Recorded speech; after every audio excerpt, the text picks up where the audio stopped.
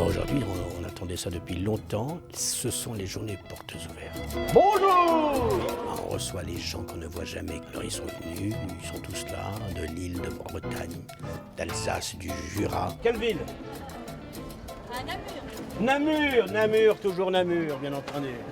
Être partenaire d'une association qui s'occupe de l'adolescent, de la difficulté, etc., tout ce qu'on sait, et de toute façon d'occuper le terrain à Marseille, avec Ruffo, moi je trouve que ça c'est l'idée. Bonne visite, profitez bien et bienvenue. Et merci à vous. Avec cet argent, on va pouvoir développer des activités culturelles, puisqu'en fait c'est notre objectif au sein de l'EMA de travailler avec les adolescents autour d'activités culturelles. On a plein de projets à développer et donc maintenant il nous faut des moyens de voir ces gens qui sont motivés et pour les deux raisons, à la fois pour la visite et à la fois parce qu'ils permettent de développer les activités à l'EMA. Voilà, c'est une très belle journée.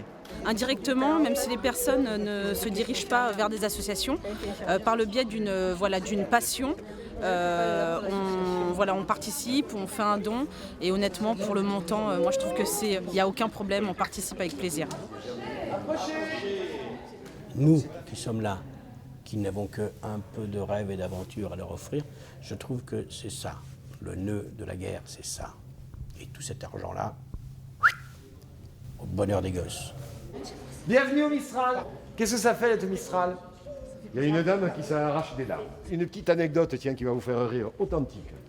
La première fois que j'ai vu Laurent, c'était à 7h30 au HMC, habillage, maquillage, coiffure. Je ne le connaissais pas. On me dit Laurent Kérusoré qui va jouer Thomas, enchanté, Michel Corde qui joue. Voilà. Première scène que nous avions à tourner, une demi-heure après, le bouche à bouche. C'est vrai. Je vous jure. Vous êtes interdit du sujet? Non. C'est même rarissime, si vous voulez, qu'il y a une heure de grande écoute sur une chaîne publique, même toutes chaînes confondues, même sur les chaînes privées. On parle de tous ces sujets-là. D'un point de vue éducatif avec les gamins, c'est doublement intéressant, parce que sinon il y a des choses qu'on pourrait les aborder, mais on ne les aborderait pas de la même façon. Et c'est vrai que l'intérêt de la série, c'est ça. Tout d'un coup, je me rends compte qu'il y a des fois des gens qui ont grandi avec nous. Il y a un effet... Et des gens qui ont, bizarrement par rapport des adolescents qui seraient comme Thomas, tout d'un coup, le dialogue est arrivé très simplement dans la famille, puisque l'enfant voyait que papa, maman adoraient Thomas. Donc pourquoi pas dire qu'on est comme Thomas? Alors par contre, ce ne sont pas les enfants qui me remercient.